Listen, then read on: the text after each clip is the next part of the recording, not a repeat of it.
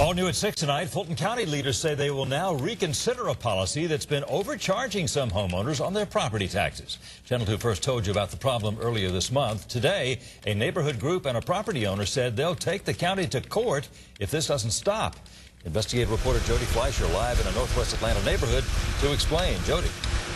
John, we've all heard about banks selling foreclosed properties for a steal. That brings our property values down.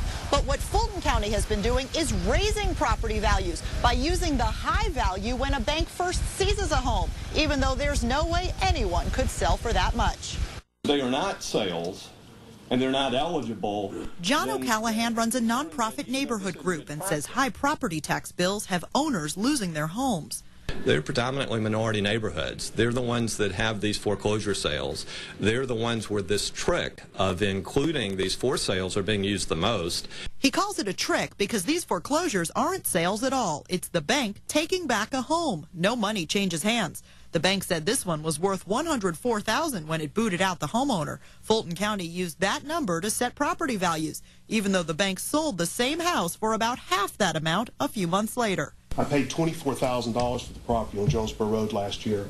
I was assessed at $95,000.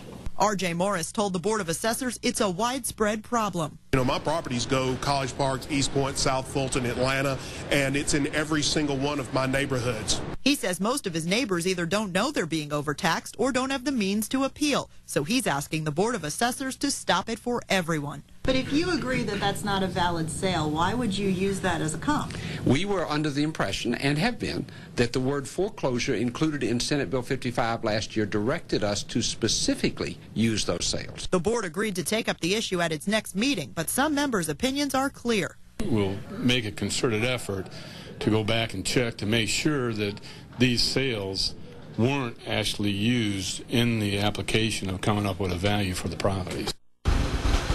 Now, if the board decides not to stop this, the neighbor and the neighborhood group say they will file a lawsuit and ask a judge to issue an injunction which could hold up all of the tax bills in Fulton County. That meeting is in 2 weeks.